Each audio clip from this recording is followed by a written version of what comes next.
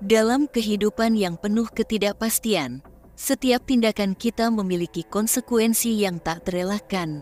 Bayangkan jika sebuah keputusan buruk mengubah hidup seseorang dalam sekejap, dari kebebasan menjadi jeratan hukum yang panjang. Semua bermula penemuan ketika seorang gadis kehilangan napasnya. Ditemukan cairan kenceritan di tubuhnya. Lantas, bagaimana kisah ini bermula? Yuk kita bahas.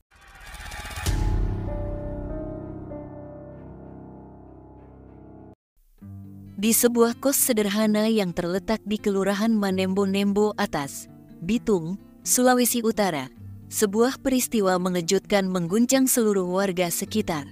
Saya perkenalkan wanita bernama Mutia Ibrahim, seorang gadis berusia 18 tahun, ditemukan kehilangan napasnya di kamar kosnya pada tanggal 19 Agustus tahun 2024. Mutia, pelajar SMK di Bitung yang dikenal sebagai sosok pendiam, tinggal di kos ini untuk memudahkan kegiatan belajarnya.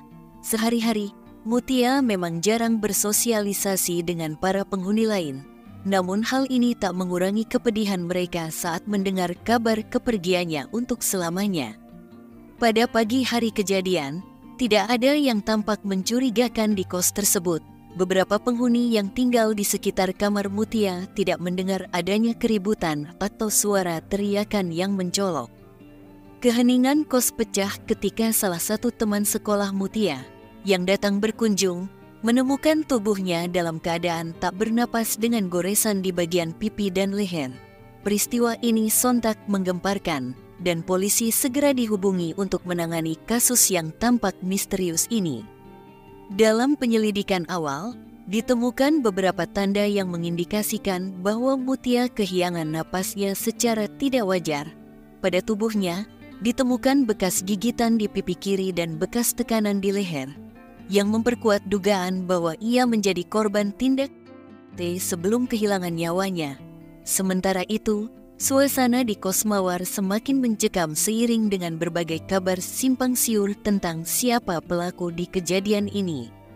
Sebelum kasus ini terungkap, polisi menghadapi tantangan dalam mengumpulkan bukti dan mencari saksi yang bisa memberikan informasi yang signifikan. Tidak ada saksi mata langsung yang menyaksikan kejadian, membuat penyelidikan harus dilakukan secara ilmiah. Dalam upaya mengungkap pelaku, polisi memeriksa seluruh penghuni kos dan mengambil sampel darah mereka. Selain itu, tim forensik juga menemukan jejak cairan kenceritan pada tubuh korban, yang menguatkan dugaan bahwa Mutia menjadi korban kenceritan sebelum akhirnya hilangkan nyawanya. Berdasarkan sampel yang diperoleh, dilakukan tes DNA yang akhirnya mengarah pada salah satu penghuni kos bernama Akri. Akri, seorang pemuda berusia 20 tahun yang berasal dari Gorontalo, bekerja di sebuah perusahaan ikan di Bitung dan tinggal tak jauh dari kamar Mutia di kos tersebut. Sebagai buruh pabrik, Akri menjalani kesehariannya dengan biasa, seolah-olah tidak ada hal aneh yang terjadi. Bahkan ketika polisi mulai menyelidiki kepergian Mutia, Akri tetap tenang dan tidak menunjukkan sikap yang mencurigakan. Proses pengungkapan pelaku ini memakan waktu sekitar 2 minggu. Setelah 3 kali dilakukan uji DNA dan hasilnya identik, polisi akhirnya menangkap Akri pada tanggal 4 September tahun 2024 di perusahaan tempatnya bekerja. Ia ditangkap tanpa perlawanan, meskipun sempat berupaya untuk melarikan diri setelah diberitahu tentang hasil tes yang mengarah kepadanya. Dalam pemeriksaan, Akri mengakui bahwa ia menaruh hati pada Mutia. Meskipun keduanya telah memiliki pasangan masing-masing, rasa tertariknya pada Mutia mendorongnya untuk melakukan tindakan yang tak bisa dimaafkan. Diketahui bahwa Akri bahkan sempat merencanakan tindakannya beberapa hari sebelum peristiwa pilu itu terjadi. Pada malam sebelum kejadian, ia mengintip Mutia melalui plafon kamar kos yang dapat diakses dari kamarnya sendiri. Ia bahkan menjebol sebagian kecil plafon di kamar Mutia untuk mengintip gadis itu saat beraktivitas di kamarnya. Kejadian memilukan itu terjadi pada pagi hari, tanggal 19 Agustus tahun 2024. Setelah mengantar pacarnya bekerja di perusahaan ikan, Akri kembali ke kos dengan niat untuk menemui Mutia. Melihat pintu kamar Mutia sedikit terbuka, ia memasuki kamar tersebut dan langsung mengunci pintu dari dalam. Saat itu, Mutia sedang tertidur pulas, mengenakan pakaian tidur sederhana yang membuat Akri semakin begebu-gebu. Dengan niat yang telah disusun sebelumnya, Akri mendekati Mutia dan mencoba mengeksplor tubuhnya. Namun, Mutia yang tiba-tiba tersadar berusaha melawan, memicu pikiran Akri. Dalam upaya untuk menguasai Mutia, Akri spontan mengakhiri napas Mutia. Ketika Mutia berhenti bergerak, ia pun melanjutkan perbuatannya. Tindakan ini dilakukan tanpa rasa bersalah, dan setelah selesai, Akri mencuri ponsel dan uang Mutia untuk menghilangkan jejak. Ia kemudian meninggalkan kamar Mutia dan kembali beraktivitas seolah tak terjadi apa-apa. Barang-barang milik Mutia yang diambil oleh Akri, seperti ponsel, dijual untuk kebutuhan sehari-hari, sementara uang yang diambilnya dipakai untuk membeli bahan bakar sepeda motornya. Semua jejak kejahatan ini disusun sedemikian rupa untuk menutupi perbuatannya. Namun, kepiawaian polisi dalam melakukan investigasi berbasis scientific crime investigation berhasil membongkar rahasia tersebut. Bukti DNA sperma yang ditemukan pada tubuh korban serta hasil tes dari barang-barang bukti lainnya secara jelas mengidentifikasi Akri sebagai pelaku utama. Kapolres Bitung, AKBP Albert Zai, menyampaikan dalam konferensi pers bahwa Akri akan dijerat dengan beberapa pasal terkait kejahatan yang dilakukannya. Dengan menggunakan Undang-Undang KUHP Pasal 338 tentang penghilangan napas, dan pasal tentang pencurian yang menyebabkan kepergian seseorang untuk selama-lamanya, pihak kepolisian memastikan bahwa pelaku akan menerima hukuman yang setimpal. Penangkapan Akri juga diwarnai dengan tindakan tegas dari pihak kepolisian.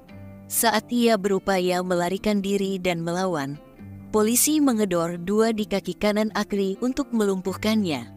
Tindakan ini merupakan bentuk ketegasan dalam upaya menangkap pelaku dan mencegah kemungkinan pelaku melarikan diri dari proses hukum. Kepergian Mutia untuk selamanya meninggalkan luka yang mendalam bagi keluarganya. Ibunda Mutia, Lina Bakari, merasa sangat kehilangan dan terpukul atas kepergian anak semata wayangnya. Lina menyampaikan bahwa Mutia adalah tumpuan hidupnya dan penyemangat dalam menjalani pekerjaan sebagai tukang cuci laundry di Manado. Baginya, kepergian Mutia menjadi pukulan besar yang sulit diterima, terutama mengingat cara Mutia diakhiri oleh seseorang yang selama ini dikenal sebagai tetangga kosnya. Dalam salah satu wawancara, Lina mengungkapkan bahwa beberapa hari sebelum kejadian, Mutia sempat merasa diteror di kamarnya sendiri. Mutia mengeluhkan adanya suara aneh dari arah plafon kamarnya, serta hilangnya uang yang disimpan di pakaian yang tergantung di kamar. Namun, karena tidak ada bukti nyata, kejadian ini dianggap hanya sebagai ketakutan sesaat. Malam sebelum kejadian, Mutia bahkan mengirim pesan pada sang ibu untuk menceritakan perasaan cemasnya. Lina berusaha menenangkan dengan mengatakan agar Mutia mengunci pintu rapat-rapat dan segera beristirahat. Tak disangka, keesokan harinya, Mutia ditemukan dalam keadaan yang memilukan.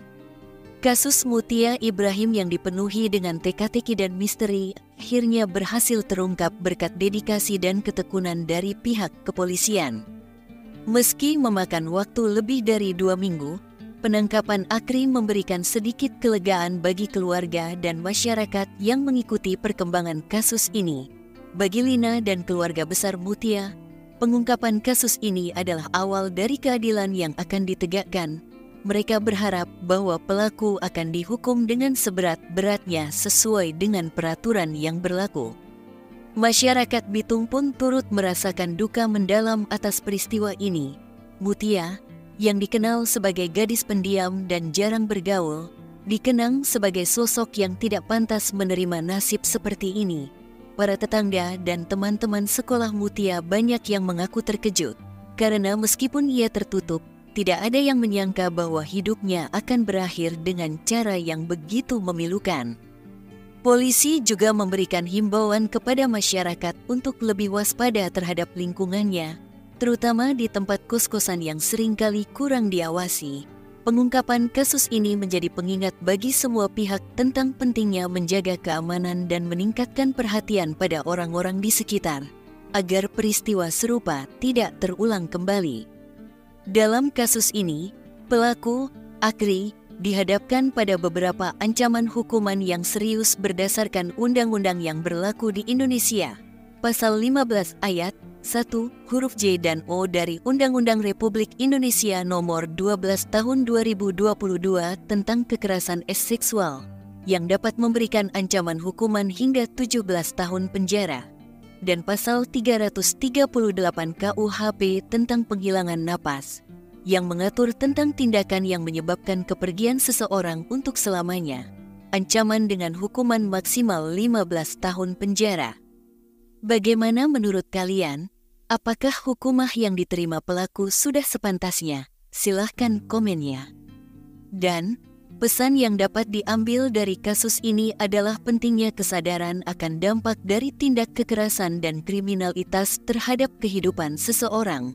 Hukum hadir untuk memberikan keadilan, namun juga mengingatkan kita akan konsekuensi serius dari perbuatan yang merugikan orang lain. Setiap tindakan harus dilakukan dengan penuh tanggung jawab dan menghargai hak asasi setiap individu, agar terhindar dari hukuman yang berat dan kerugian yang tak terukur.